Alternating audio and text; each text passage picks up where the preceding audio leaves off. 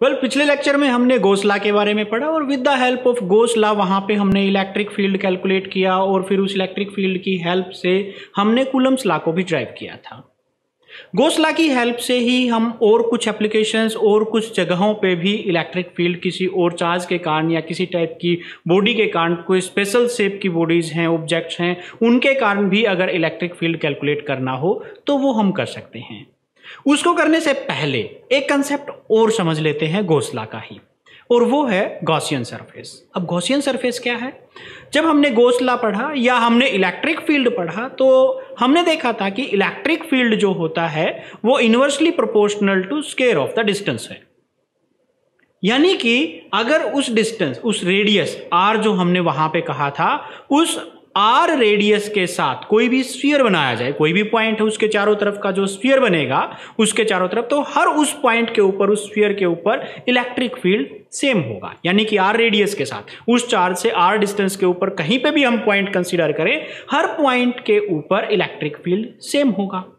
अगर ऐसे सभी पॉइंट्स को हम स्मॉल एरिया, जैसे गॉस लॉ के अंदर हमने एलिमेंट्री सरफेस जिसको कहा था, उस तरह के सरफेसेस मान के और उन सबको इकट्ठा कर दें तो एक सरफेस बन जाता है चारों तरफ। जैसे एक पॉइंट चार्ज के चारों तरफ स्फीरिकल सरफेस बनता है, तो उसी तरह के जो सरफेस बनते हैं उन सरफेस को हम कहते हैं गॉसियन सरफेस।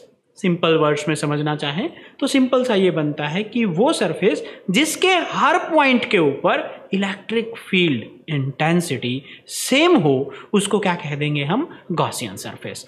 तो गॉसियन सरफेस हम बिल्डअप करेंगे आगे आने वाले सभी आर्टिकल्स में, और उसकी हेल्प से ही फिर हम कैलकुलेट करेंगे इलेक्ट्रिक फील्ड्स। क्योंकि जो पिछला आर्टिकल हमने किया था जहां पे हमने कूलम्स लॉ को ड्राइव किया था, उस लॉ के अंदर भी आप देख सकते हैं वहां पे भी हमने गॉस लॉ को ही इस तरीके से, आप देखिए इसमें यहाँ पे विद द हेल्प ऑफ हमने गॉस लॉ किया था, और गॉस लॉ की हेल्प से फिर जब हमने कूलम्स लॉ को ड्राइव किया था तो हमने उसी कंसेप्ट का यूज किया था। एरिया एलिमेंट छोटा सा कंसीडर किया था और फिर उसके कारण वहाँ पे हमने फोर्स कैलकुलेट की थी, कूलम्स लॉ को कैलकुलेट किया था, या वहाँ पे हमने इस एक्सप्रेशन को ड्राइव किया था। अब उससे थोड़ा सा आगे हम चलेंगे और उसी की कुछ एक एप्लीकेशंस हम करेंगे। तो पहली एप्लीकेशन यहाँ पे हम डिस्कस करेंगे electric field due to a line charge. This time charge distribution is along a line, along a straight line, say somewhat like this. This is a line, suppose, and charge is uniformly distributed over it. If we construct a Gaussian surface around this, then we know that Gaussian surface for this type of line, suppose this is the line, और यहाँ से Gaussian surface हम buildup करना चाहते हैं तो इसके चारों तरफ इस तरीके से बिल्डअप होगा। ये देखिए यहाँ से इसके चारों तरफ इस तरीके से बनेगा और इसके इस डायरेक्शन में भी सरफेसेस बनेंगे। तो बेसिकली अगर लाइन के अकॉर्डिंग देखें, लाइन के कारण देखें, जो Gaussian surface है वो सिलिंड्रिकल इन नेचर बनेगा। तो हम वहाँ पे जब Gaussian surface बनाएंगे तो वो सिलिंड्रिकल नेचर का होगा। तो यहाँ पे मैं Gaussian surface का बनाता हूं। यहाँ पे हमने इस तरीके से we can construct a Gaussian surface somewhat like this, and this is the cylindrical Gaussian surface. Now यहाँ पे हमने अगर कैलकुलेट करना है तो for that let us consider this is the radius r of this cylinder and l be the length of this cylinder, or you can say linear charge जो हमने माना है यहाँ पे, इसकी जो लेंथ है, जो टोटल लेंथ है, उसको हमने l कंसिडर किया है। अब यहाँ पे देखिए दो सरफेस बनते हैं। एक सरफेस तो ये वाला हो गया कर्व्ड सरफेस जो बनेगा, और दूसरा जो सरफेस है जिसको हम यहाँ पे ये सरफेस कहेंगे, और ये सरफेस जो होंगे वो फ्लैट सरफेसेस होंगे। तो यहाँ पे दो टाइप के सरफेस बन गए, एक लीनियर सरफेस और दूसरे हो गए यहाँ पे जो अपने फ्लैट सरफेसेस हैं वो। उसको समझने के लिए इसी का एग्जांपल ले लेते हैं। ये हो गए इसके चारों तरफ जो घूम रहे हैं, ये हो गए हमारे कर्व्ड सरफेस, और जो सामने के ये हिस्से जो बनेंगे इसके अंदर, ये जो हिस्से बनेंगे सामने वाले, ये हो गए हमारे flat surfaces. Then we knows that यहाँ पे दो टाइप के फ्लैट सरफेसेस हैं, एक सरफेस ये हो गया, दूसरा सरफेस ये, और ये बन गया हमारा कर्व्ड सरफेस। तो हम इन दोनों के कारण ही इलेक्ट्रिक फील्ड कैलकुलेट करने की कोशिश करेंगे। तो फर्स्ट हम कैलकुलेट करेंगे electric field due to this curved surface. तो कर्व्ड सरफेस के कारण जो इलेक्ट्रिक फील्ड कैलकुलेट करें, तो for that let us consider a small area element at this point. यहाँ पे एक छोटा सा एरिया एलिमेंट हम कंसीडर कर लेते हैं, और यहाँ पे अगर इस एरिया एलिमेंट के कारण जो हमने यहाँ पे कंसीडर किया है, तो एरिया वेक्टर क्योंकि सरफेस से हमेशा परपेंडिकुलर बनेगा तो इस डायरेक्शन में बनेगा। अब यहाँ पे चार्ज पॉजिटिव है, तो इसके कारण जो इलेक्ट्रिक फील्ड बनेगा वो भी बाहर की तरफ ही बनेगा, और इलेक्ट्रिक फील्ड की डायरेक्शन भी ये होगी। तो यानी कि electric field is also in same direction and area vector for this is also in same direction. So यहाँ पे जो फ्लक्स बनेगी जिसको हम फाई कहें, then this flux will be equal to E vector dot d S vector for this, and जो total flux बनेगी वो टोटल सरफेस के कारण जो कर्व्ड सरफेस के लिए हम कर रहे हैं उसके कारण यहाँ पे बन जाती है। अब यहाँ पे देखा जाए तो एंगल, क्योंकि थीटा की value in this particular case जो थीटा की वैल्यू है वो 0 है, और थीटा की वैल्यू 0 यहाँ पे होती है, तो कोस 0 हमें पता है क्योंकि डॉट प्रोडक्ट इज देयर, और डॉट प्रोडक्ट होती है तो कोस आता है, और कोस के लिए that is E D S कोस, और क्योंकि 0 यहाँ पे हो जाएगा तो यहाँ पे जो वैल्यू आएगी वो सिंपल सा बन जाएगा ई डी एस। अब यहाँ पे सरफेस एरिया की बात करें, इसका जो टोटल सरफेस बनेगा दैट इज फाई, यहाँ पे फ्लक्स हम कैलकुलेट करेंगे, then in that case E and surface area integral of this surface area, then surface area of this cylindrical part जितना भी होता है, and we knows that if this radius is R, so we can write the surface area, total surface area of this curved part is 2 pi R and length is L, तो we can say 2 pi R L. This is the flux associated with this curved surface area। जितना भी ये curved surface area है, इस सारे के साथ जो फ्लक्स एसोसिएटेड है वो इतनी हो जाएगी। एंड हमें पता है जो गॉसला कहता है वो कहता है total charge is Q, then जो फ्लक्स इसके साथ एसोसिएटेड होगी वो होती है Q by epsilon naught. But यहाँ पे ये ध्यान रखना है, यहाँ पे हमें उस चीज को नहीं करना। यहाँ पे क्यों नहीं करना? क्योंकि अभी इसके कारण कुछ फ्लक्स यहाँ पे भी हो सकती है, क्योंकि टोटल फ्लक्स कहा है उसने गॉसला के अंदर, यहाँ पे ये नहीं कहा कि सिर्फ इस लाइन के या किसी पर्टिकुलर डायरेक्शन में है, उसने साफ तौर से कहा था जो फ्लक्स होगी वो चारों तरफ होगी, चारों तरफ, उसका पॉइंट के चारों तरफ, वो सिलिंड्रिकल नेचर का है, वो इर्रेस्पेक्टिव ऑफ दैट वो स्फीरिकल नेचर का, किसी भी नेचर का है, जो फ्लक्स निकलेगी चार्ज से वो चारों तरफ होगी। और उसने कहा था टोटल फ्लक्स। तो अभी तक यहां पे हमने जो ये फार्मूला हम कर रहे हैं इसके अंदर हमने सिर्फ कर्व्ड सरफेस के लिए कैलकुलेट किया है, जो इसके फ्लैट सरफेसेस हैं इसके लिए हमने कैलकुलेट नहीं किया है। तो first of all we should calculate for these type of flat surfaces. तो ये तो हो गई जो फ्लक्स आई, इलेक्ट्रिक जो फ्लक्स आती है वो फ्लक्स है कर्व्ड सरफेस के कारण। अब हम कैलकुलेट करते हैं दीज फ्लैट सरफेसेस। अब यहां पे देखा जाए तो इस फ्लैट सरफेस के लिए अगर एरिया वेक्टर की बात करें तो area vector is in this direction, and electric field की बात करें तो electric field is still in the same direction, क्योंकि यहां पे लीनियर चार्ज हमने कंसीडर किया था। सो this is the direction of electric field. So second part यहां पे फॉर फ्लैट सरफेस के लिए करें तो फाई जो बनेगा that is E vector D S vector, and that will be equal to E D S cos, यहाँ पे थीटा इज 90 डिग्री perpendicular to each other, cos 90, and you knows very well cos 90 is equal to 0, that's why this flux is 0। तो यहाँ पे मैं इसके लिए लिख देता हूँ, ये हमारा फ्लैट सरफेसेस के लिए थे, और जो हमारे कर्व्ड सरफेसेस थे ये हमारे कर्व्ड सरफेसेस थे। अब यहाँ पे अगर देखा जाए तो टोटल फ्लक्स, ये जो पार्ट है, जो फ्लैट पार्ट है, it is not contributing towards the flux, यहां पे कोई फ्लक्स नहीं है इस डायरेक्शन में। तो सारी के सारी जो कंट्रीब्यूट कर रहा है वो due to this curved surface है। तो नेट फ्लक्स बनेगी that is equal to phi C, and that is equal to E into 2 pi R L. Now अब हम यहां पे कह सकते हैं कि गॉस ने कहा था जो टोटल फ्लक्स होगी वो चार्ज बाई एप्सिलॉन नॉट होती है। Then from here we can find out this electric field that will be equal to Q by epsilon naught is there, and this 1 by 2 pi RL. So in this way we can write this thing. तो total जो electric field आएगा वो इसके कारण इस तरीके से हम कैलकुलेट कर सकते हैं। अब यहाँ पे देखिए सॉरी आर एल और रह गया यहाँ पे आर एल, तो E will be equal to Q by, इस तरीके से आता है। अब हमने पढ़ा हुआ है as Q by L. Q by L को हमने कहा था linear charge density and that was represented by lambda, और इसको हमने लैम्डा से रिप्रेजेंट कर दिया था। अब लैम्डा से रिप्रेजेंट करते हैं तो at the place of this we can write this, then this electric field E that will be equal to 1/2 pi epsilon naught, जैसे पहले किया था लगभग वैसा फार्मूला बना लेते हैं, वहां पे 4 पाई एप्सिलॉन नॉट आया था, यहाँ पे 2 पाई एप्सिलॉन नॉट कर लेते हैं, इनटू Q बाई L की जगह पे हम यूज कर सकते हैं lambda, then lambda upon R। So in this way we can write the जो इलेक्ट्रिक फील्ड इंटेंसिटी है वो। अब यहां से अगर देखा जाए तो electric field intensity is inversely proportional to R। Keep in mind this is inversely proportional to R। अभी तक जो इलेक्ट्रिक फील्ड हम पढ़ते थे, जितने भी इलेक्ट्रिक फील्ड हमने पढ़े थे, उन सब के अंदर that was inversely proportional to R square, and this is the case जब electric field intensity inversely proportional to R आ रही है। इस कंसेप्ट को समझ लें।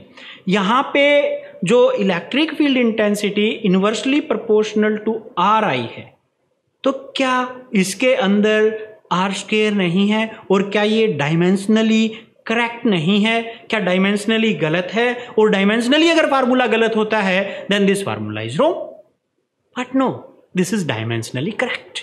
क्यों? क्योंकि हमने पढ़ा, यहां पे आप देख सकते हैं इस फार्मूले के अंदर E is equal to, this is constant से lambda upon R, lambda upon R is there, lambda upon R, and inside this lambda there is Q by L.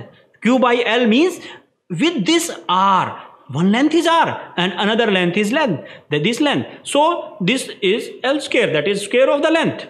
तो यहां पे देखा जाए तो स्क्वायर आ जाता है इसमें, बट फॉर लीनियर चार्ज हम यहाँ पे सिंपल समझने के लिए लीनियर चार्ज डेंसिटी के टर्म में अगर हम कैलकुलेट कर रहे हैं, तब हम कह सकते हैं कि जो इलेक्ट्रिक फील्ड इंटेंसिटी है that is inversely proportional to R आती है। अदरवाइज डायमेंशनली अगर देखा जाएगा तो it is inversely proportional to R square.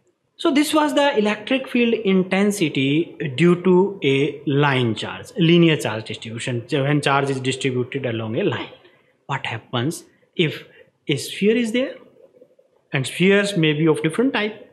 अब यहाँ पे कह सकते हैं कि सर स्फीयर तो स्फीयर ही होता है, वो डिफरेंट टाइप कैसे होंगे? Yes, there may be different type. Ball की बात करें, आपने बॉल देखी, दो प्रकार की होती हैं। एक बॉल वो जो अंदर से पूरी तरह से भरी हुई होती है, मैं यहाँ पे एग्जांपल देता हूँ आपको, एक क्रिकेट की बॉल और एक टेनिस बॉल। आपने फ़र्क महसूस किया है क्या कोई उसमें? कभी देखना, उसको काट के देखना, नहीं देखी है तो आप ऑब्जर्व करोगे जो क्रिकेट की बॉल है वो पूरी तरह से अंदर तक भरी हुई होती है, उसमें कोई खाली जगह नहीं होती। और जब आप टेनिस बॉल देखते हैं तो वो अंदर से खाली होती है। तो इसका मतलब वहाँ पे है तो दोनों ही sphere, but one is hollow and another is solid. Then that electric field intensity may be different for these two. That can be explained with the help of Gauss law. और Gauss law की help से ही हम देखेंगे क्या उनके लिए different आ रही है या दोनों के लिए सेम आती है। तो दोनों को ही हम डिस्कस करेंगे। पहले हम करेंगे होलो स्फीयर के लिए और फिर हम डिस्कस करेंगे यहाँ पे सॉलिड स्फीयर के लिए। अब होलो स्फीयर को नाम दिया गया है स्फीरिकल सेल। स्फीरिकल सेल, सेल मतलब एक टाइप की सेल है, वो स्फीरिकल सेल बनती है। अब सेल का मतलब क्या होता है? स्फीयर का मतलब तो स्फीयर, उसका एक ही सरफेस होता है, और सेल का मतलब होता है जिसके दो सरफेस हो। अब आप ऑब्जर्व करना, उस बॉल को हम काट देंगे तो एक तो बाहर का सरफेस और एक अंदर का सरफेस। वो तो काटा मैंने इसलिए ताकि वो दिख जाए, अगर आप नहीं भी काटते तो अंदर जगह खाली है और वो खाली जगह दूसरे सरफेस का काम करेगी। तो होलो जो अपना बॉल है या स्फीयर है उसके दो सरफेस होते हैं, एक अंदर की तरफ और एक बाहर की तरफ। और जबकि सॉलिड के अंदर एक ही सरफेस एरिया होता है, एक ही सरफेस होता है। Electric field intensity due to spherical shell, मैंने यहाँ पे EFI लिख लिया है, EFI इसलिए टाइम वेस्ट नहीं होगा ज़्यादातर लिखने में। तो electric field intensity due to spherical shell. अब यहाँ पे ये ध्यान रखें, जो स्फीरिकल सेल है वो यूनिफॉर्मली चार्ज्ड है। यूनिफॉर्मली चार्ज का मतलब उसके ऊपर जो चार्ज है वो यूनिफॉर्मली डिस्ट्रीब्यूटेड है। अब यहाँ पे स्फीरिकल सेल की बात करें तो फिर 3 जगह पे इलेक्ट्रिक फील्ड हो सकता है। कौन कौन से? देखिए, एक मेरे पास ये कोई भी स्फीयर है, इसके कारण इलेक्ट्रिक फील्ड कैलकुलेट करूं तो यहाँ पे चार्ज है, इससे बाहर हो सकता है, कहीं पे भी हो सकता है, इससे बाहर दूर जाके, that is outside the sphere. दूसरा क्या हो सकता है? On the surface of this sphere, क्योंकि सरफेस के ऊपर इलेक्ट्रिक फील्ड कैलकुलेट करवा सकते हैं। और तीसरा हो सकता है इनसाइड दिस स्फीयर, स्फीयर के अंदर भी कहीं पे पूछा जा सकता है। तो यहाँ पे 3 पार्ट बनते हैं। कौन से? पहला पार्ट आउटसाइड द स्फीयर, दूसरा part on the surface of the sphere and तीसरा पार्ट इनसाइड द स्फीयर। तो तीनों ही पार्ट को हम बारी बारी से यहाँ पे डिस्कस करेंगे। सबसे पहले हम डिस्कस करते हैं आउटसाइड द स्फीयर। जो स्फीरिकल सेल है उसके आउटसाइड हमें कैलकुलेट करना हो तो फिर क्या होगा? तो for that let us consider this is a spherical shell. ये कोई स्फीरिकल सेल है और जो इसकी रेडियस है स्फीरिकल सेल की, say that is capital R। Now let us consider a point P at a distance R। यहां से R डिस्टेंस के ऊपर ये पॉइंट यहां पे कंसीडर कर लेते हैं। कोई भी पॉइंट है जिसको हमने कहा R।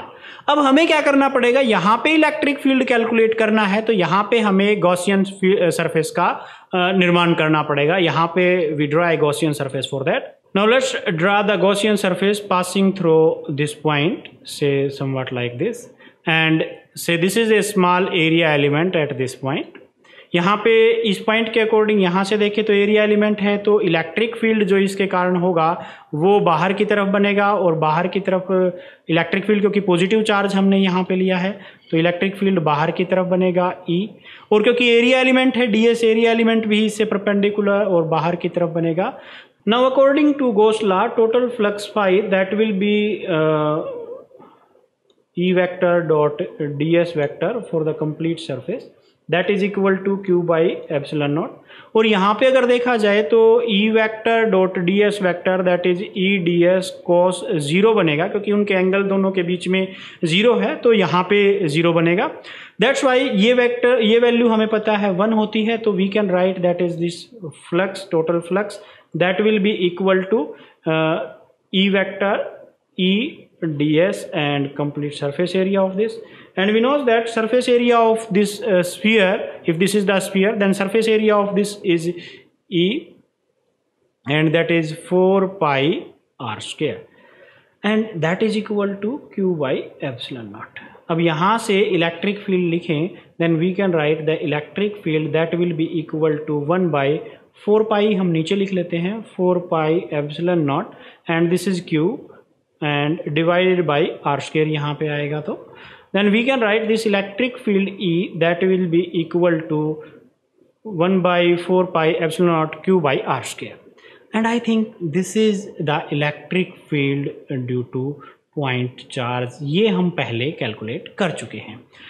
तो यहाँ से एक चीज़ तो क्लियर हो गई कि अगर हम स्फीयर से बाहर जाएंगे, चार्ज स्फीयर के ऊपर है और उससे बाहर निकालते हैं, तो वो जो स्फीयर है that behaves like a point charge. उसके लिए वो स्फीयर, उस पॉइंट के लिए वो स्फीयर एक पॉइंट चार्ज के तरीके से ही काम करेगा। तो इलेक्ट्रिक फील्ड जो होगा वो पॉइंट चार्ज के तरीके से ही काम करता है। तो outside the sphere this charge will behaves, या स्फीयर जो स्फीरिकल सेल है that behaves like a point charge. Now दूसरा पॉइंट यहाँ पे कंसिडर करते हैं। दूसरा पॉइंट यहाँ पे था, यहाँ पे हमने डिस्कस किया था कि on the surface, on surface of this sphere, ये स्फीयर जो है यहाँ पे आ गया, ये point P, this time this point P is at this point. So in this case जो R हो जाता है that will be R, capital R, that is the radius of this sphere. So in this equation, यहाँ पे जो equation है इसके अंदर we can write that E that will be equal to 1 by 4 pi epsilon naught, and this is q by R square.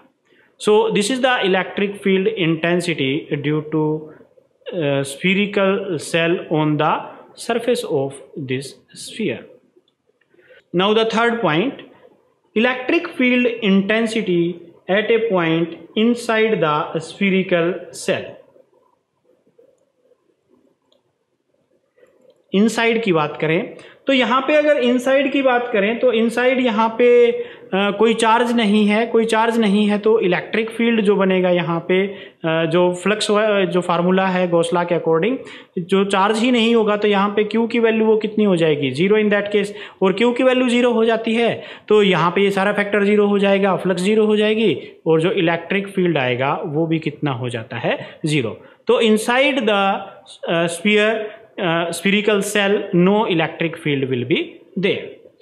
अब यहाँ पे अगर इसको लिखना चाहें तो we can simply write that is in the form of, क्योंकि यहाँ पे सरफेस एरिया ऑफ स्फीयर है तो सरफेस एरिया ऑफ स्फीयर होने की वजह से इलेक्ट्रिक फील्ड जो बनेगा that will be equal to 1/ε, मैं एज इट इज लिख देता हूँ, Q/4πr²। 4πr² is the surface area of this, तो we can write that is Q/A is this and Q/A is known as sigma because A is 4πr² in this case.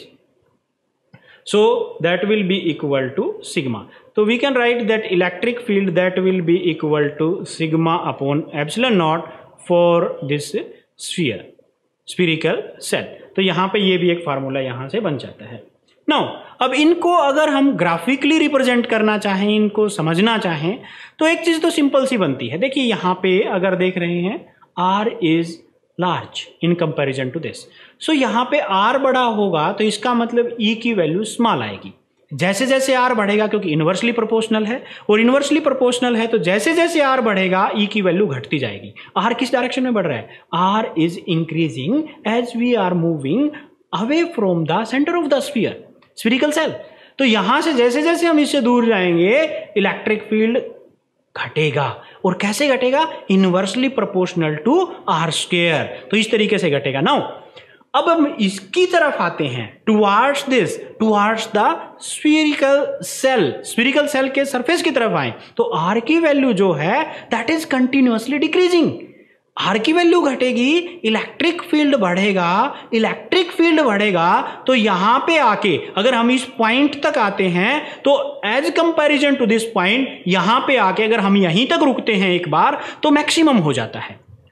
तो मैं यहां पे एक बार यहां तक अगर हम बात करें तो इलेक्ट्रिक फील्ड मैक्सिमम हो जाता है। अब बात ये आती है क्या इसके अंदर भी ये चलेगा या मैक्सिमम होगा। नाउ वी नोज दैट अगर हम इससे आगे चलते हैं, इससे सेंटर की तरफ चलते हैं तो यहां पे इलेक्ट्रिक फील्ड हम कैलकुलेट कर चुके हैं, 0 है, इलेक्ट्रिक फील्ड 0 है तो यहां पे कोई इलेक्ट्रिक फील्ड नहीं है। इसका मतलब इलेक्ट्रिक फील्ड कहां तक है, सरफेस तक। और यहां पे कैसा था, यहां तक जो हमने जो भी इलेक्ट्रिक फील्ड कैलकुलेट किया उस सारे इलेक्ट्रिक फील्ड में इस पॉइंट के ऊपर इलेक्ट्रिक फील्ड मैक्सिमम था, तो हम कह सकते हैं कि electric field on the surface of the spherical shell is maximum and I can write here now maximum. तो इसका मतलब मैक्सिमम कहां पे होगा, on the surface of spherical shell. अब यहां से अगर हम ग्राफ ड्रा करना चाहें, इस तरीके से हम 2 एक्सिस ले लेते हैं, इस एक्सिस के अलोंग हम लेते हैं electric field and in this direction I am taking the distance from the centre, this is A centre O।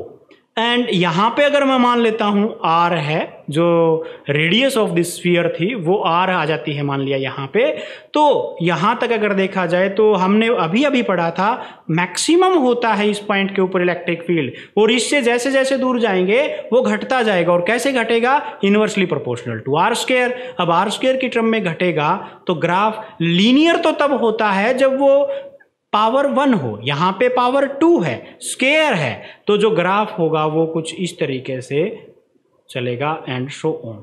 अब क्या ये इस लाइन को टच करेगा, it will never touch this line, और ये क्या हो जाएगा, इस लाइन के पैरेलल हो जाता है, समवट लाइक दिस, यूं चलेगा, ये इसको टच नहीं करेगा। ये चीज आपको ध्यान रखनी है। कहां पे टच करेगा, एट इन्फिनिटी, क्योंकि इन्फिनिटी के ऊपर जाकर इलेक्ट्रिक फील्ड 0 होगा इस तरफ, अदरवाइज ये इस तरीके से। ये गलती नहीं कर देनी है आपको कि कहीं यहां पे इसको इस तरीके से टच करवा दो, ये टच नहीं होगा, it will continue to move along this. इसको असिम्पटोट बोलते हैं, हायर क्लासेस के अंदर पढ़ेंगे।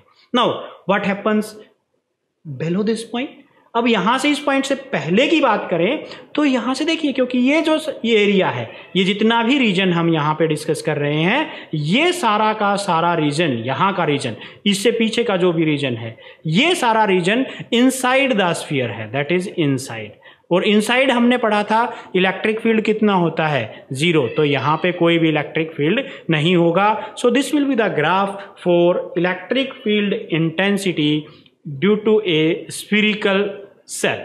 अब यहाँ पे ये ग्राफ आपने देख लिया, इनसाइड 0 रहेगा, बाहर की तरफ वो कंटिन्यूसली डिक्रीज होगा। और इन्फिनिटी पे जो ध्यान रखना है, आपको गलती नहीं करनी है। एग्जाम में कई बार स्टूडेंट्स गलती कर देते हैं, इस जो ग्राफ जो नीचे की तरफ आता है इसको टच करवा देते हैं, और टच करवाते ही क्योंकि वहां पे इलेक्ट्रिक फील्ड 0 होगा, जो कि पॉसिबल ही नहीं है, जो कि गलत है, वो इन्फिनिटी पे जाके 0 होगा। तो keep in mind and don't make the mistake. तो ये तो हमने इलेक्ट्रिक फील्ड कैलकुलेट किया ड्यू टू स्फीरिकल सेल। ये देख लिया हमने कि inside the spherical shell electric field 0 होता है। Now what happens if there is sphere, solid sphere, तो क्या होगा? तो काम कुछ ऐसा ही होगा, बस फर्क ये रहेगा अंदर अब की बार वहां पे सॉलिड है। इसका मतलब क्या हुआ कि जहां पे स्फीरिकल सेल में हमने कह दिया था कि इनसाइड चार्ज 0 है, अब हम ये बात नहीं कह पाएंगे, वहां पे चार्ज होगा। अगेन दूसरी बात हम पहले ही मान के चल चुके हैं कि charge is uniformly distributed all over the sphere, यानी कि वो सॉलिड स्फीयर है तो वहां पे भी अंदर की तरफ जो जितना भी चार्ज होगा वो सारा का सारा हर जगह पे यूनिफॉर्म डिस्ट्रीब्यूटेड होगा। जो ए वॉल्यूम घटेगा तो वो भी घटेगा, एरिया घटेगा तो चार्ज घटता हुआ हमें मिलेगा, तो वो कंटिन्यूअसली वहां पे उसी के अकॉर्डिंग होगा। अब उसके साथ जो चेंज क्या आएंगे वो देख लेते हैं एक बार। तो चलिए एक बार देखते हैं electric field due to solid sphere. Electric field intensity due to a charged solid sphere. कोई भी चार्ज्ड सॉलिड स्फीयर है उसके कारण इलेक्ट्रिक फील्ड इंटेंसिटी निकालें तो वो क्या आएगी। तो for that let us again consider this is A solid sphere of again same radius is here, capital R. This time this sphere is filled with charge uniformly. इसके हर जगह पे charge जो है वो यूनिफॉर्मली डिस्ट्रीब्यूटेड है, हर जगह पे charge एक जैसा है। तो यहाँ पे भी वही तीन सिचुएशंस बनती हैं, at a point outside the sphere, on the surface of the sphere और इनसाइड। अब यहाँ पे अगर मैं दो की बात करूँ तो आउटसाइड द स्फीयर, वहाँ पे क्योंकि यहाँ पे आउटसाइड की बात करें वो मैं लिख देता हूँ, इलेक्ट्रिक फील्ड आउटसाइड, उसी टाइप से गॉसियन सरफेस हम बनाएंगे और कैलकुलेट करेंगे। तो यहाँ पे अगर ये डिस्टेंस को r कह देंगे तो वहाँ पे सेम आएगा। तो electric field will be equal to 1/4 pi epsilon naught q by r square, क्योंकि वहाँ पे कोई चेंज नहीं है। उसी टाइप का चार्ज के लिए ये सॉलिड स्फीयर जो है वो भी एज ए पॉइंट चार्ज उसके लिए काम करेगा।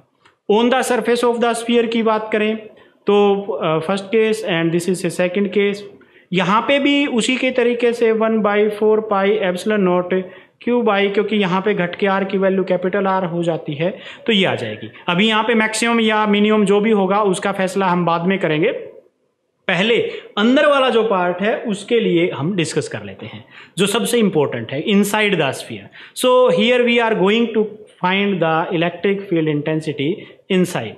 तो यहाँ पे इनसाइड की बात करें तो मैं उसको EI लिख देता हूँ एक बार इनसाइड के लिए, तो वो हम कैलकुलेट करने की कोशिश करेंगे क्या होगा। तो फॉर दैट यहाँ पे कुछ कंसिडरेशंस और कुछ अजम्पशंस हमारी हैं वो क्लियर कर लेते हैं। तो देखिए टोटल चार्ज जो इसके ऊपर है वो हमने कहा है Q है, और इसकी जो रेडियस है वो कहा है हमने R है, और रेडियस और यहाँ पे रेडियस बनती है तो वॉल्यूम चार्ज डेंसिटी बनेगी वो बनेगी 4/3 पाई R Q. This is charge density and this charge density is represented by sigma. अब यहाँ पे मैं तीसरा पार्ट जो कर रहे थे हम यहाँ पे इनसाइड कर रहे हैं, तो let a point at a distance R from this, क्योंकि यहाँ पे अब की बार इतना हो गया से दिस डिस्टेंस इज R से यहाँ पे कंसीडर कर लेते हैं, ये डिस्टेंस R हो जाएगी हमारे लिए, कलर चेंज कर लेते हैं। तो इसका मतलब ये हुआ इस स्फीयर के अंदर जितना भी हिस्सा होगा इस रेडियस के साथ जो स्मॉल r होगा, ये जो स्फीयर बनेगा इसका जो भी हिस्सा होगा इस पे जो भी चार्ज होगा वो काम करेगा। तो ये रेडियस जो स्मॉल रेडियस है इसकी, इसको हमने R कह दिया आपकी बार। तो इसके अंदर कितना चार्ज होगा उसको हम कह देते हैं से Q dash. Q dash is the charge on this small sphere. अब यहाँ पे Q डैश होगा क्योंकि चार्ज यहाँ पे मैंने बताया था यूनिफॉर्मली डिस्ट्रीब्यूटेड है। तो यहाँ पे इस चार्ज को कैलकुलेट करने के लिए अगर ये जो स्मॉल स्फीयर है इसके वॉल्यूम को वॉल्यूम चार्ज डेंसिटी से मल्टीप्लाई करते हैं, जिसको हमने रो कहा था, उसके साथ अगर मल्टीप्लाई कर देंगे तो जो स्मॉल स्फीयर है जिसके ऊपर हम इलेक्ट्रिक फील्ड जिसके कारण कैलकुलेट करने की कोशिश कर रहे हैं उसके ऊपर चार्ज आ जाएगा। तो यहाँ पे निकालना चाहें तो क्यू डैश, इसको कैलकुलेट करने के लिए अगर मैं इसका वॉल्यूम कितना बनेगा, that is 4/3 pi R cube, इसको इस डेंसिटी से मल्टीप्लाई कर दूं रो से तो हमारे पास आ जाएगा। नाउ यहां पे गॉस लॉ, अब गॉस लॉ अप्लाई करेंगे तो ये चीज ध्यान रखनी है आपको, यहां पे जो गॉस लॉ लगेगा वो कंप्लीट सरफेस के लिए लगेगा यहां पे, और ये बनेगा E vector dot ds vector that will be equal to, अब की बार जो चार्ज है वो क्यू नहीं यूज करेंगे, हम क्यू डैश यूज करेंगे। क्यों क्यू डैश यूज करेंगे, क्योंकि वहां पे उसने कहा था गॉस लॉ में कि ये जो चार्ज होता है उसके अंदर जितना भी चार्ज होगा उसी के कारण होगा। तो यहां पे चार्ज कितना है, क्यू डैश है, तो हम क्या लेंगे, क्यू डैश लेंगे divided by epsilon naught. Now we can write this thing, that is this Q dash is equal to 4/3 and pi r cube rho and divided by this epsilon naught। अब इसको थोड़ा सा आगे एक दो step और solve कर लेते हैं, दैट इज यहाँ पे कैलकुलेट करेंगे तो एरिया वेक्टर और वो तो चीज़ें तो सारी एक ही डायरेक्शन में, क्योंकि चार्ज है पॉजिटिव चार्ज से बाहर की तरफ बनता है, तो ई डी एस कोस 0 बनेगा, और यहाँ पे इसका सरफेस एरिया हमें कैलकुलेट करना है अब, और इसका जो सरफेस एरिया होता है किसी भी स्फीयर के लिए वो होता है 4 pi R square, and that is equal to 4 pi R cube rho divided by 3 epsilon naught. अब यहाँ पे जो भी चेंजेस हैं वो कैलकुलेट कर लेते हैं, 4 पाई से 4 पाई कैंसिल, आर स्क्वायर से power cancel, this implies that this electric field E that will be equal to, यहाँ पे देखिए बच गया आपके पास सिर्फ R rho divided by 3 epsilon naught, so this is 3 epsilon naught. अब यहाँ से एक नई ही कहानी बन रही है, वो क्या, E is directly proportional to R। अभी तक तो electric field inversely proportional to R होता था, यहां पे तो डायरेक्टली प्रोपोर्शनल टू R आ गया। तो यहां पे सिचुएशंस वहीं बन गई, क्या डायमेंशनली करेक्ट है? तो यहां पे एक चीज मैं फिर क्लियर करूं, ये फार्मूला डायमेंशनली करेक्ट है, क्योंकि volume charge density rho is there, और रो होगा तो रो के अंदर हमने पढ़ा इनवर्सली जो नीचे आता है वो वॉल्यूम होता है, और वॉल्यूम के अंदर आर क्यूब होता है, और आर क्यूब अगर होगा तो आर ऊपर हो गया और क्यूब नीचे हो गया, कैलकुलेट करोगे तो स्क्वायर आ जाएगा, तो सेम थिंग इज देयर। तो यहाँ पे भी डायमेंशनली करेक्ट है, but in this case E is directly proportional to R, सिर्फ समझने के लिए है बेसिकली। ग्राफ की बात करें तो जो लाइन आएगी वो स्ट्रेट लाइन होगी, वो किस टाइप की होगी वो हम बाद में देखेंगे ग्राफ जब प्लॉट करेंगे। उससे पहले, क्योंकि ग्राफ को जब हमने प्लॉट करना है तो हमें जो इसका ग्राफ के अंदर आप ऑब्जर्व कीजिए, यहाँ से आप ग्राफ देख सकते हैं, ग्राफ के अंदर ये पॉइंट था O 0, यानी कि इस ओरिजिन के ऊपर भी हमें आना है, तो इसके लिए यहाँ पे हो गया इलेक्ट्रिक फील्ड, ये हमें पता चल गया कि जो स्ट्रेट लाइन आएगा, but what about the electric field at the centre of this sphere, तो इसके सेंटर पे कितना होगा, तो एट सेंटर अगर हम निकालना चाहें एट O, या बेसिकली कह ले जो सेंट्रल पॉइंट है इसका वो, अगर सेंटर के ऊपर बिल्कुल एग्जैक्टली सेंटर के ऊपर आ जाएंगे तो R की वैल्यू हमारी 0 हो जाएगी। पॉइंट चार्ज के अगर हम पहुंचते बिल्कुल लास्ट पॉइंट पे पहुंचते हैं तो R की वैल्यू 0 होती है, तो इन दैट केस क्योंकि electric field is directly proportional to R बनता है, देन इन दैट केस जो इलेक्ट्रिक फील्ड बनेगा वो भी कितना हो जाएगा, 0। अब यहाँ पे ग्राफ हम प्लॉट कर सकते हैं, और ग्राफ बिल्कुल सिंपल सा बनेगा। पहले वाले ग्राफ जो हैं E इस डायरेक्शन में ले लेते हैं, R हम इसी डायरेक्शन में R ले लेंगे, और ये हो गया हमारा सरफेस, और यहाँ से अगर देखा जाए तो बाहर की तरफ उसी तरीके से एसिम्प्टोटिक कर्व बनेगा, एक पॉइंट पे जाके ये इस तरीके से पैरेलल हो जाएगा, मिलेगा नहीं, ये चीज़ आपको ध्यान रखनी है इसमें। और अंदर की तरफ बात करें, पिछली बार जहाँ पे 0 था अब वो यहाँ से घटता हुआ जाएगा, क्योंकि continuous directly proportional to R है, R जैसे घटेगा तो इलेक्ट्रिक फील्ड भी घटेगा, और घटते घटते स्ट्रेट लाइन ये ग्राफ बन जाएगा यहाँ से यहाँ तक, तो ये बनता है। नाउ अब यहाँ से इस ग्राफ को भी देखें तो दिस इज द मैक्सिमम, और ये कहाँ है, this is at the surface, R is at this. So इसका मतलब क्या हुआ कि सरफेस के ऊपर जो इलेक्ट्रिक फील्ड इंटेंसिटी होती है वो यहाँ पे भी मैक्सिमम होगी। तो चाहे स्फीरिकल सेल हो चाहे सॉलिड स्फीयर हो, दोनों ही केसेस में हमने देखा है जो मैक्सिमम इलेक्ट्रिक फील्ड इंटेंसिटी है वो ऑन द सरफेस है। क्यों है ये बात तो बिल्कुल ऑब्वियस सी थी, अब यहां पे प्रूव भी हो गई। बात क्या थी कि क्योंकि सरफेस से चार्ज से जितना दूर जाएंगे, इलेक्ट्रिक फील्ड का फार्मूला हमने पढ़ा था, हमने उसमें देखा था कि inversely proportional to R square होता है, और चार्ज से हम जितना दूर जाएंगे इलेक्ट्रिक फील्ड क्या होता चलेगा, उतना ही कम होता चलेगा। और यहां पे इन सभी फार्मूलोज में आप देख सकते हैं electric field is continuously decreasing as we move away from this. तो इसका मतलब जो बाहर जितना जाते जाएंगे इलेक्ट्रिक फील्ड जीरो होता जाएगा। आपको ध्यान रखना है वो असमटोटिक होता है, लाइन मैच टच नहीं करेगी, जो नीचे वाली लाइन है जीरो नहीं होगा, वो इन्फिनिटी पे जाके जीरो होगा। दूसरी बात, जो मैक्सिमम होगा वो दोनों ही केसेस में हमने पढ़ा था, कहाँ पे मैक्सिमम होगा, ऑन द सरफेस के, क्योंकि उससे जितना नजदीक आएंगे यहाँ पे मैक्सिमम होता है।